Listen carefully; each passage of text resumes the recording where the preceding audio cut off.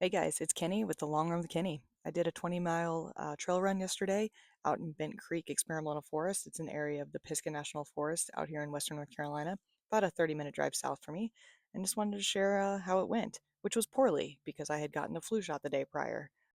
So here's some stats about my run: 20 miles, a little over 2,700 feet of gain. Pace is pretty slow at 12:41. There's my elevation graph, and that's what I brought: two honey stingers and two goos. So let's get going. So at this point at the run, I just started. I'm feeling great. The weather is beautiful out for an early February day. Um, Optimistic, feeling super good about myself. I'm about to take a left here on Hard Times Connector, and we're going to end up on the Hard Times Road, which is here. This is a pretty gentle incline, really good laurels on the side there, really nice little peeking sun. Again, feeling optimistic. And here's where my dreams are crushed. This is the Shut-In Trail. The Shut-In Trail is a pretty famous trail. It connected the Biltmore Estate to George Vanderbilt's hunting lodge. So he literally built a trail to connect his two play areas.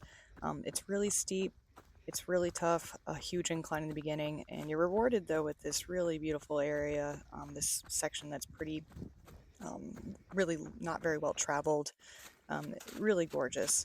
You can see here, I'm shaking my cam a little bit. I got stung by a bee here last year, so I'm a little skeptical of this section. Luckily, no bee stings this time.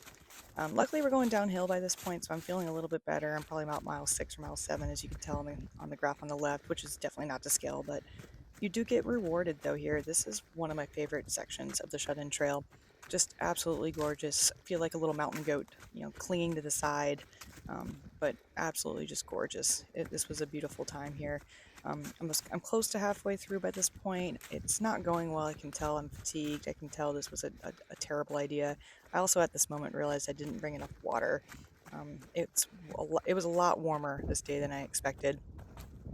Again, another section of the Shut-In Trail. I was actually surprised that there's not as much damage up here from Hurricane Helene, but it always just depends on which way the mountain was facing. This is just a gorgeous flat section. Get nice in a little valley here.